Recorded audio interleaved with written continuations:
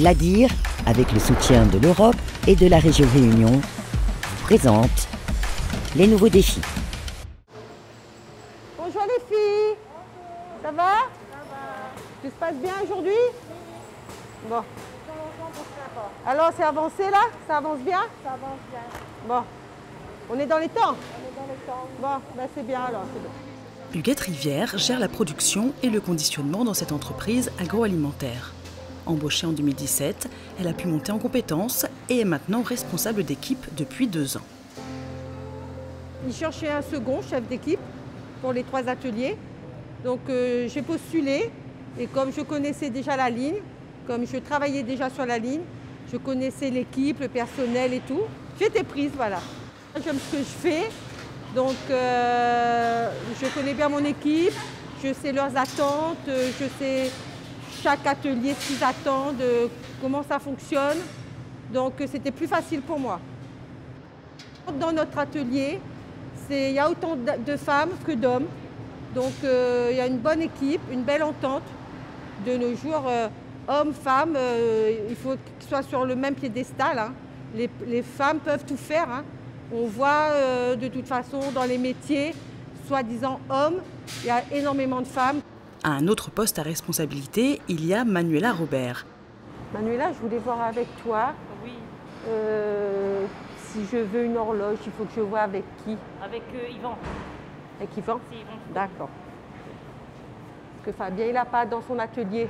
Et comme il faut, il marque les heures de démoulage et tout. Oui. Donc il faut qu'il se déplace. Ben, c'est ça. Maintenant, Il il faut qu'il avoir se une horloge. déplace. Il faut qu'il ait les heures. D'accord. Directement. Je vais voir avec lui alors. Elle est la responsable qualité, hygiène, sécurité et environnement de l'entreprise. C'est vrai qu'au niveau du domaine de la qualité, les postes occupés par les femmes est prédominant, mais de plus en plus, on intègre des jeunes hommes via l'alternance et l'intérim. Et c'est vrai qu'en tant que responsable femme, on a vraiment cette force de proposition et il faut avoir vraiment un fort caractère pour pouvoir tenir les engagements et les objectifs que nous préconise la direction. En tant que femme dans ce milieu, il faut avoir un peu plus de poigne et aussi être catégorique au niveau de ses prises de décision. Moi, au niveau du monde industriel, je me sens bien. Ici, au Salaison de Bourbon, il y a vraiment cette culture de la parité et aussi cette culture de l'évolution professionnelle au niveau de chacun des postes. Une volonté de parité qui commence timidement à prendre forme. L'entreprise est passée de 27 à 29% d'effectifs féminins en quelques années. Un groupe de travail paritaire sur la thématique de la mixité a été créé en 2017. Nous avons créé ce groupe de travail pour initier la démarche, parce que oui, on est des femmes, des hommes dans l'entreprise, et c'était d'évoquer un petit peu pourquoi, de mettre en place notre politique. Et c'est vrai que l'un des premiers axes a été justement de renforcer cette mixité et de se dire comment on peut attirer et rendre plus attractifs nos métiers, notamment là où les femmes sont sous-représentées.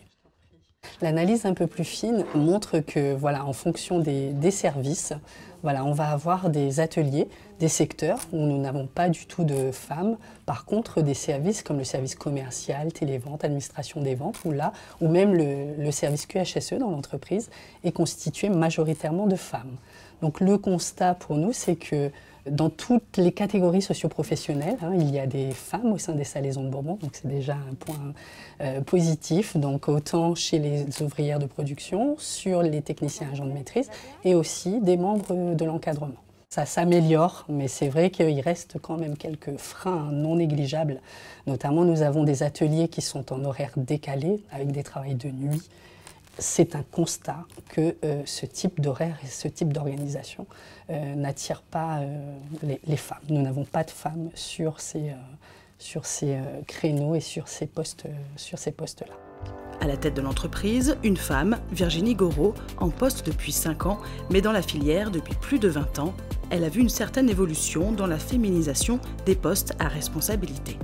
Nous avons au sein du CODIR, par exemple, du groupe, Nous avons 40% de femmes au sein du CODIR, donc sur des postes aussi à responsabilité, que ce soit la direction financière, la direction juridique, les ressources humaines, et puis évidemment mon poste également depuis 5 ans. En tant que femme dirigeante, et ayant effectivement autour de moi des homologues féminins, effectivement nous avons une sensibilité qui est peut-être un peu plus forte sur l'accessibilité des femmes. Je pense que voilà, on est quand même sur un changement d'époque où la légitimité des femmes commence malgré tout à être un peu plus reconnue, acceptée. On voit une évolution dans le paysage, on va dire que ce soit réunionnais ou français, et je pense qu'on n'est pas forcément en retard sur ce plan de compter des femmes dans des postes à direction. Pour ce qui me concerne, j'estime qu'effectivement, on n'a pas à s'excuser d'être une femme à un poste de direction. On a simplement à se justifier sur ses compétences et sur le fait de pouvoir assumer ou pas des fonctions. Mais il faut qu'on arrête de s'excuser d'être une femme, tout simplement. Ne pas s'excuser et ne pas avoir peur de se lancer dans des domaines ou des postes habituellement occupés par des hommes. Si cette entreprise semble être une bonne élève et met en œuvre une politique de parité, le chemin est encore long. En effet, selon l'INSEE, seuls 43% des Réunionnaises sont en emploi. 1 sur 4 occupe un poste à responsabilité.